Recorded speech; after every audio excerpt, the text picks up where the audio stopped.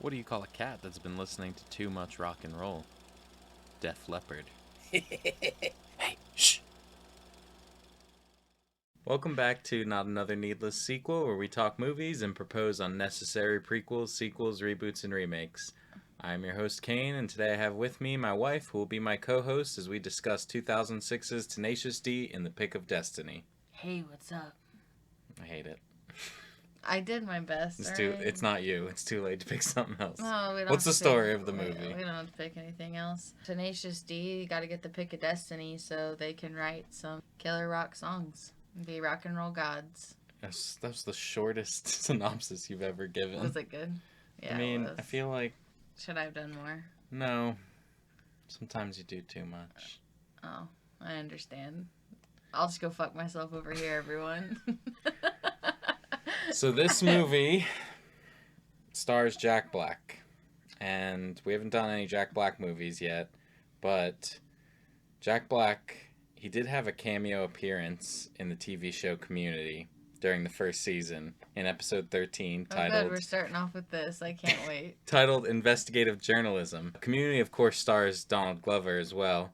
And in that same TV show, Donald Glover wore Spider-Man pajamas, and the comic book writer Brian Michael Bendis described that image of Donald Glover in the Spider-Man pajamas as one of the major inspirations for the creation of the character Miles Morales.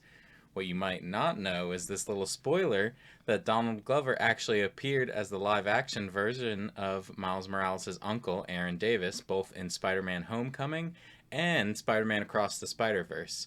Donald Glover also voiced Miles Morales in Disney's Ultimate Spider-Man 2012 cartoon series, so as you can see, he has a lot of connections to Miles Morales. And what does that have to do with the movie? I told you Jack Black was in Community. Oh, yeah. We can't go over an hour. 30 minutes is best. And you give this 5-minute spiel every time. I'm not sure what you're referring to. So, this movie starts a long-ass fucking time ago in a town called Kickapoo with young JB and his family. The kid that plays JB, Troy Gentile, he played the childhood version of Jack Black in Nacho Libre as well. So I thought that was kind of funny. It starts off with him at home. He's singing his song, and you can see he's very different from his family. They're praying. He is going out there and singing about cutting off a dragon's balls. It's a whole thing. His father takes him back into the room, is ripping down all of his posters. His father being played by Meatloaf, I thought was pretty funny because, obviously he's playing now this, conservative father that is against rock and roll music, and he has sold, one of the top, 10 rock albums of all time, I think. He's ripping down all of his posters, and as he closes the door, there's one last poster of Dio on the door. Little JB prays to Dio about what he needs to do, and I'm pretty sure he's got schizophrenia or something because his poster talks back to him, tells him he needs to go to Hollywood, and he's gonna form a band, and it's gonna be the best band ever. And so he runs away from home at that young age, which... Never to return. What's funny is he's like, yeah, I'm gonna pack my stuff. He packs 3 notebooks, takes some cash with no wallet or other clothes. Well, he was just a kid, which I thought that also played into when they show the map where he's going. He went the wrong way, and he visits several other Hollywoods that are not California. And then it takes him presumably 10 years to get... 10 to 15 years to get to California. Yeah, so what did he do in that time? He just honed his skills, continued to write. I imagine all those books were filled with music. Yeah, also, question, did Jack Black and Kyle write the opening song specifically for the movie, or did that just happen to be one of their songs? They kind of, go hand in hand. They wrote these songs, and they go together, and they used it to form the movie as well. I mean, they originally had a different script written for this movie based on their first album that got trashed, and then this next album came out with this movie. So he gets to Hollywood, he's on the bus, and we get the opening credit scene. It's showing all these tarot cards that goes through the entire movie, where they're showing tarot cards as chapters almost. And the first thing that we see is him walking up on this beach, and he sees KG playing. He's got long hair, he's playing music, there's a few people kind of watching him, and JB is just completely like mesmerized. Entranced, yeah. He thinks that he's amazing, and he's like pointing out to other people. He's like, "Don't you know talent when you see it? Idiots!" And KG's like, "Get away from me! Like, leave me alone. Give me some space." And then JB sings along with one of his guitar riffs, which it's their song. I can't tell you the name of their song actually because it goes into the game if you don't know the name of the song. It's one of their songs that they do there where he sings along with that like classic music riff that he's playing. And that guy Lee comes up, and Lee actually has toured with them, and like he plays that same character on stage, like this guy that's just in love with them, thinks they're an amazing band. But KG doesn't want anything to do with him. He's like, I'm solo act, and he like flicks his guitar pick at him, hits him in the head, and walks away. And then JB is just like alone on the streets. He's singing, I'm just a baby. And he lays on the bench. Yes, and then he's attacked by those Clockwork Orange guys. One of the guys that are attacking them, he like talks in a normal accent, not British, and they like hit him, and he's like, wee baby. Wee baby. Yeah. He does. And then Kyle comes up, and those guys run away because they get what they want, and Kyle pretends to have saved them. What doesn't make sense to me is why did he all of a sudden change his mind to befriend him? I actually thought, why was he walking on the beach? I think he came back for him because he knows he's a loser. And then he saw this perfect opportunity to manipulate him, which is what he does. He pretends that he saved him. He brings him back to his house. He tells him like, oh, I wrote this song with Dio, and I know Black Sabbath, and just I have done all this. I got these residual checks. Maybe you can be in my band, but you're going to need to learn some stuff. And he makes him like clean the apartment. He has him working at the beach, collecting money to get weed. Like just everything he can do. He's absolute garbage. He throws a pretend concert for him, and JB falls and breaks his guitar. Yeah, and that's at the same time when he finds out the truth, because KG's mother leaves him the voicemail saying saying that he's spent too long trying to become a musician, and they're not sending him any more money. And once he realizes the truth, he's pissed off, and JB gets that gift from KG, like that guitar that he spent the last rent check on, and he kind of has like a moment where he's like, no, we're gonna do this, but you know, we're not gonna be the Kyle Gass Project. We are gonna be, he says Tenok because of his ass tattoo. He has an ass tattoo that just says... He said he was born with it. Yeah. But... Okay, yeah, it's not a tattoo. It's a birthmark. And then he's like, well, I was born with this. And it says just D. He says, you have ass mark? He's yeah. Like, me too. I have ass mark, and it says us D. Like, so the Tenacious D. I did make a comment about that. I said they got the name Tenacious D from ass tattoos. Yeah. Which, like... Well, I mean, those were letters on their ass. It means something, I would think. Yeah. Yeah, that's true. So, Tenacious D is basically bored. They go to an open mic night to play their first ever concert. And they get up there on stage and, like, they play a song. I think the song's pretty good, but the crowd's not... feeling it. They're not going crazy. They're not booing them off the stage either. But, they're up there and they do all right. But then when they go and talk to the open mic host, he's like, well, you need to write some new material. It was all right. And JB's like, we were great. But he kind of realizes, yeah, we're going to need something else. And he goes back to KG and he's like, that was garbage. We need to do better. And they go back home and they're trying to like record something. He gets frustrated and he sits down and he's like, what do all these guys have that we don't have? And they're looking at all these magazine covers and they notice that all these famous bands are using the same guitar pick. Yeah. So they go to the Guitar Hero store or whatever it is, Guitar City. Guitar Center. Guitar Center. You know what I'm talking about. Guitar Hero store. Same thing. And ask for the pick, and it's Ben Stiller who's like freaking out. Who told you about this pick? So he takes him to the back room and is like using a Zippo. Yeah. And KG goes, I think there's a light back here, and turns it on and like ruins the guy's moment. He was so upset. That is hilarious. Ben Stiller was great in his little part there. Yeah, so they go through the story of the pick. Yeah, it was back in the day, supposedly, this wizard summoned the devil, and then the devil was too powerful for the wizard. A blacksmith came, threw his hammer at the devil, and chipped his tooth. Yes. And because the devil wasn't complete, the wizard was able to do a ritual that sent him back And to thank the blacksmith, the wizard fashioned the tooth into a pick so that he could play a lute and win the woman he loved. And it's just traveled through time since then, and now it is at the Rock and Roll Museum. And so they need to go there. They talk to the pizza guy, and they're kind of shitty to him. You know, he's a big supporter, and they, take his car. And they lie, which I guess they don't want to tell him about all this Pick of Destiny stuff, but they take his car, and they journey to the pick. He has, like, his daydream about what it's going to be like when they have the pick, and they play their song Master Exploder. Mm-hmm. That's a hilarious scene because as the scene goes on, they just keep getting more and more ridiculous clothes. Well, and they're straight murdering people with their music in his dreams. So, like, does he happen to want that subconsciously? No. We don't really know. No. But they pull up, they stop to eat. Yeah, they stop at a place called the Halfway House Cafe, which is right at the halfway mark of the movie. I thought that was funny. Whatever. Amy Poehler's in there as the waitress. She has a black eye, and it's just never really... You could tell she gets beat.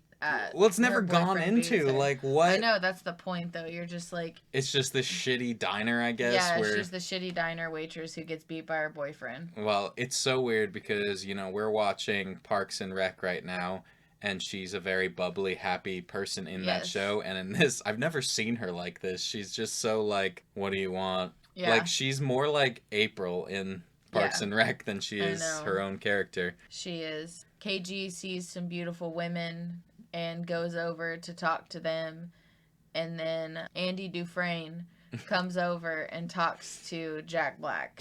Yeah. So I think he does a great job in that role of playing this, like, just stranger that has previously broken into the Rock and Roll Museum to retrieve the Pick of Destiny, and he tells JB about his plan, and there's going to be lasers, and tells him how to do it, basically, because he's telling JB that they're not experienced, they're not going to know how to get in. He lost his leg to the lasers. He, like, follows him into the bathroom and all of this crazy stuff, and then meanwhile, you keep getting flashes to KG, and he's, like, trying to flirt with these, like, college-age girls. He's very clearly, like, old. And then the cringiest line of the movie, we're just flesh and bone. And I'm like, ugh. I was like, ugh. I liked when he sat down at the table with them, his, like, belly hit the table and it pushed the entire table towards the rest of the girls. Also, those co-eds he's flirting with, they're saying, like, we're just getting ready for a sorority party. Like, are you pre-gaming at this shitty diner? Maybe they're getting, like, water, and... That was an ode to a movie called A Cinderella Story, where people go and she's like, what can I have that's no sugar, no carbs, and is fat-free? And she's like, water. I think this came out before then. But what I'm saying is that was where my mind went. My God. It's fine. Also, when JB's on the toilet and Tim Robbins, like, walks away after giving him the plans, he's like, hold on, just let me wipe real quick. And he does this motion of wiping. It's the quickest, just like... And I'm like, no fucking way. After the explosion that happened, there's no way his ass was clean from that wipe. And he gets right up. I know, it's just absolutely disgusting. So, when he gets back out there, he tries to get to KG, and he's like, hey, you know, I just had the weirdest conversation. We gotta go. We're gonna do this. KG's like, no, these girls want us to play at their party. And he's like, fucking no. We need this pick. So decide, is it going to be tits or destiny? And he fucking lifts up his shirt. He's like, tits. Yeah. And so they, like, break up the band, I guess, for a minute. And KG goes to the frat, and he tries to play the song that they played at the open mic night, but he's only singing his parts. Absolutely terrible. It doesn't make any sense. He's like, Tess and bomb. I don't even know what the song is, but like he's not playing, and then I think the first thing he says after playing a little bit of a riff, he's like, "They did not die in vain," and people are just like, "What the fuck?" He's the Kevin Jonas of the group. Oh my God. Well, no, is he not? That's terrible to say. I love the Joe Bros though. God. No shame. Well, quickly, the DJ at that party turns the music on, and everybody just laughs at him. He's leaving. They, like, throw a cup at his head, like he's just a complete loser there. Meanwhile, JB stops as he's walking towards the museum in the forest and starts eating mushrooms off the ground. He's lucky he didn't die from poison, but he has a hallucination, and he sees John C. Reilly as Sasquatch, and it's just, like, the trippiest scene ever. And he's like flying with Sasquatch. He pretends he's like a baby Sasquatch, and they cut back and forth between his hallucination and the real world. He's climbing up a tree. He finally wakes up when he falls off the tree onto his ball sack. Yeah, he lands with that. There's no way he should be able to have children. You know, I'm a bit childish. Nut shots in movies are always funny to me. But something about this one and the way Jack Black's face looked, it was hilarious. Like, it was so visceral the way it hit. And absolutely not. Just disgusting. So, after the hallucination, JB finally gets to the museum. He's breaking in. They play another one of their songs as he's, like, rolling around doing, like, spy shit to get in. You see the security guards aren't fucking paying attention to the cameras, so he gets in. He thinks he's doing, like, a really good job, but it's truthfully the security guards are just ass. So he gets in there. KG also has gotten in there somehow, and they meet back up. They have their reunion. They are able to get the pick after going through the lasers. And then, of course, he has to deactivate the lasers by pressing that button, but the button is down by his crotch. He can't move. And earlier they mentioned doing cock push-ups, which he wasn't able to do at the time, but now he can use his boner. Yep, to press it. And he turns off the lasers. They get the pick. And as they're leaving, Tim Robbins is outside. And he's like, got a knife, and he's like, now you're going to give me that pick. Come over here. And they just go, no.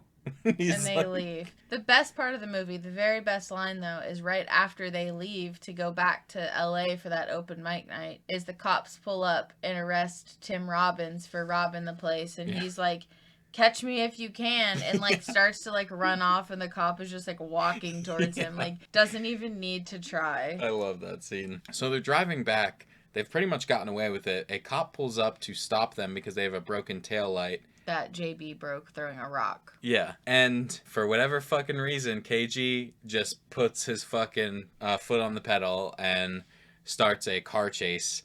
Lee sees them on the news because it's his car, and it's funny, he calls them and he's like, what's going on, guys? And they're like, we're watching a movie. An action movie. Yeah, they're like screaming. So they escape the cops when the car flips and sets on fire, and they get into the sewer. And once they're in the sewer, they're able to somehow navigate back to the club, which has a sewer grate right outside of the club. And they climb back up. They start arguing about who's going to use the pick, and they break it. And then they're crying about it. They don't know what they're going to do.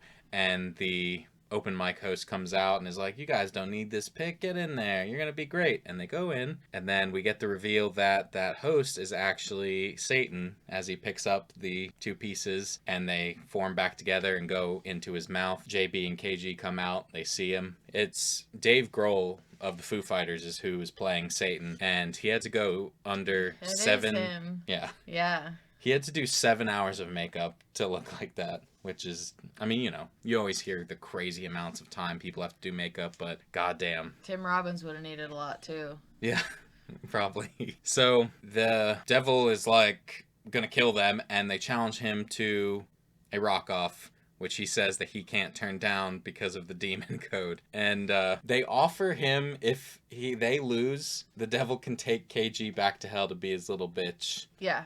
And I think he was way too excited about that. Like, yeah, he was, for sure. Like, when they say it, he goes, fine. But his song is mostly about doing that. Yes, it's mostly about KG giving him services. And then when it cuts back to them and it's their turn for this rock-off, I think it's one of the funniest scenes just because of the way that they say the lines. JB's trying to tell him we got to do this. KG's like, there's no way. We're going to lose. And JB says, God damn it, Cage. I can't remember the whole full fucking line, but the part that I like, he says, you're gonna gargle mayonnaise. And KG goes, oh. Exactly. So anyway, disgusting. they play They win. the greatest song in the world, and then they don't even win technically. The devil is like, fuck that, which, you know, that seems like cheating that he gets to decide. He tries to blast them with lightning, and JB blocks it with his guitar, and it goes back to him and knocks off his horn, and so they do the ritual. Yeah, they do the same ritual that the wizard did and send him back, and so now they have this horn and they turn it into a bong, and the movie ends with them taking a hit from that, and they're gonna write the next, you know, their next like song, and they're mentioning it at the end. They like I just said, it's the greatest song in the world based on their song Tribute, because at the end when they're sitting there, they're like, that was the greatest song, and they're like, how did it go? And he's like, I don't even know. And that's that song Tribute that they do, where they say they did the greatest song in the world against the devil, but they can't remember it, so they just wrote a tribute to it. I think that's funny. Yeah, it was good. So overall, I mean, I think a lot of people would say this movie's very lowbrow humor, and I can't say there's not some jokes in there that, you know, may be funnier to me when I was a teenager, but I still wanted to give it a 3.5. I think it's like a cult classic. I think it's got a lot of good parts to it, and I just love the content of the movie. The music is good. I really like Tenacious D.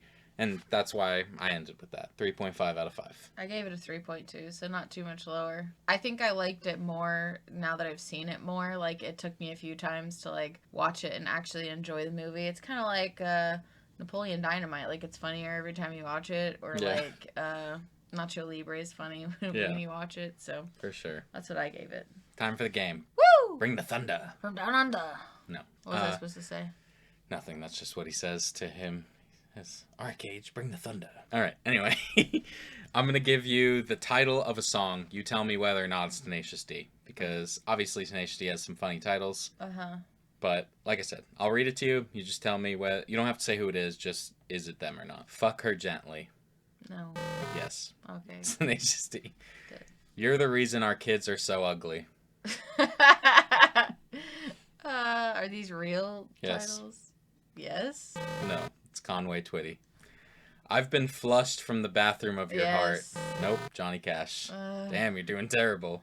Classico. Yes. Yes. Yeah. Baby. Yep. I thought you'd get that one wrong. Justin Bieber. Well, yeah, they do. Justin Bieber has Baby, but they also have one called Baby. I just decided to start answering yes to everything. I'd get at least a 60, 50. Oh, God, terrible job.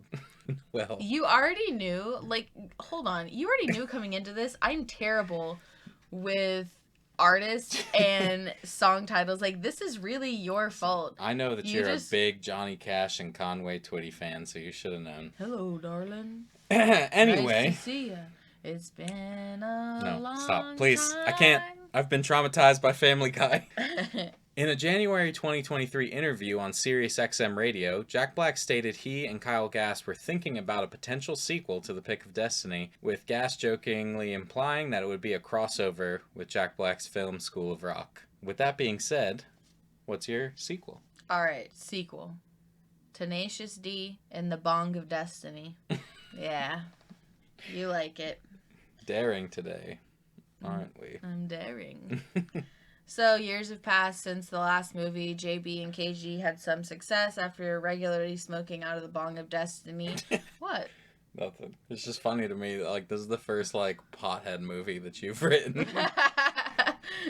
JB seemingly met a woman and decided to get married and start a family. JB gave up smoking weed for his family as he wanted to be a good role model for his son. It's very Harold and Kumar. Plus, like, you know, Jack Black got married and has a kid. Yeah. Anyways, so JB also found some success on his own without KG, and this made KG jealous. So KG decided to get rid of the bong as it made him too sad to think about JB. After realizing the mistake he made, KG approaches JB about getting the bong back because he forgot that it contained Satan within it. Because it was the Bong of Destiny.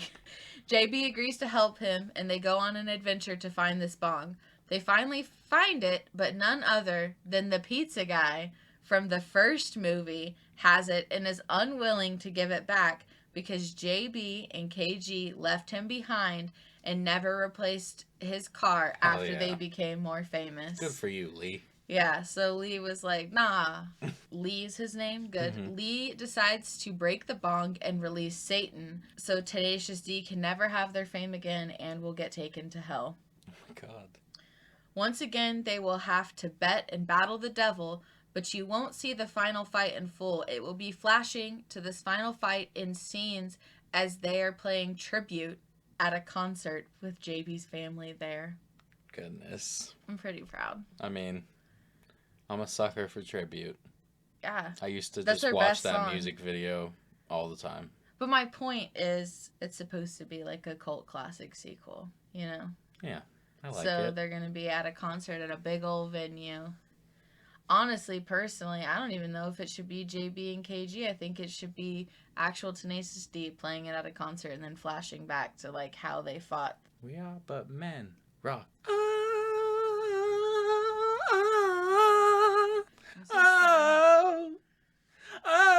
I'm so sorry, everyone. This is not the greatest song in the world, no. This is just a tribute. We couldn't remember the greatest song in the world, no. This is a tribute. I'm so sorry, listeners. I hope you come back later. I apologize. We just gained listeners. You're welcome. People are going to be like, oh, I got to show this to my fucking friends. Talk about your sequel. Tenacious D in the rock apocalypse. For years, Tenacious D has had unbelievable success with their music due to the use of the Bong of Destiny. However, after years of sex, drugs, and rock and roll, they are ready to retire and decide to do one last farewell tour with a final album that will be the best album they have ever produced. Seemingly out of nowhere, the duo hears a knock at the door, and it is the top music producer in the world, Lilith Songley.